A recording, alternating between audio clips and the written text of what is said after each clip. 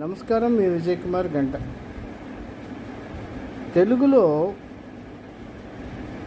వేరే నటులతో రెండోసారి తీయబడినటువంటి చిత్రం కృష్ణ నటించినటువంటి దేవదాసు. ఇది అద్భుతమైనటువంటి సెల్యులైట్ ప్రేమ కావ్యం. టెక్నికల్ వాల్యూస్ ఉన్నాయి, మంచి పాటలు ఉన్నాయి. ముఖ్యంగా పాటలు పాత చిత్రంలో కన్నా కూడా అర్థవంతంగా ఉన్నాయి.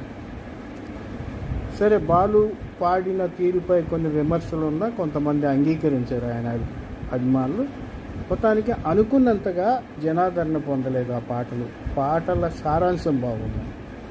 అట్లాగే కృష్ణని పార్వతిని ఎందుకో ప్రజలు ఓన్ చేసుకోలేరు. వాడు ఊహించుకున్నటువంటి దేవదాసు పార్వతి వేరు. వాడి దృష్టిలో అక్కినేని సావిత్రి తప్ప ఆ పాత్రలో లేదు.